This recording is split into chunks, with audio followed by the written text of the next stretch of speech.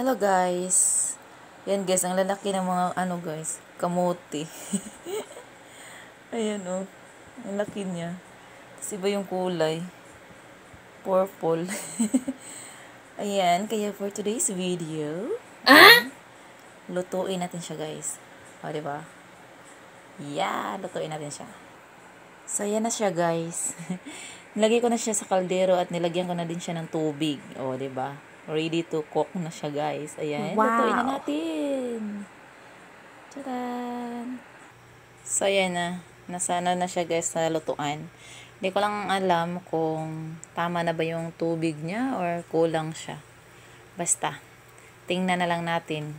Basta pag naluto na siya, ibig sabihin tama siya. Diba? So, ayan na guys. Kumukulo na siya.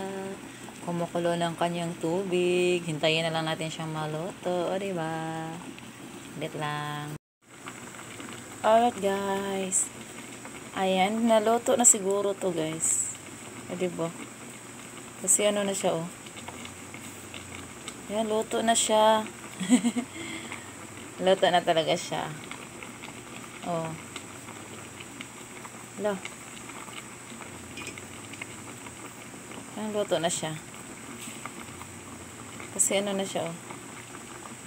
Ayan. Yan, hanggang dito na lang guys. Bye. Ayan, luto na siya. Bukas ko na siya ilagay sa plato. Thank you so much for watching. Bye.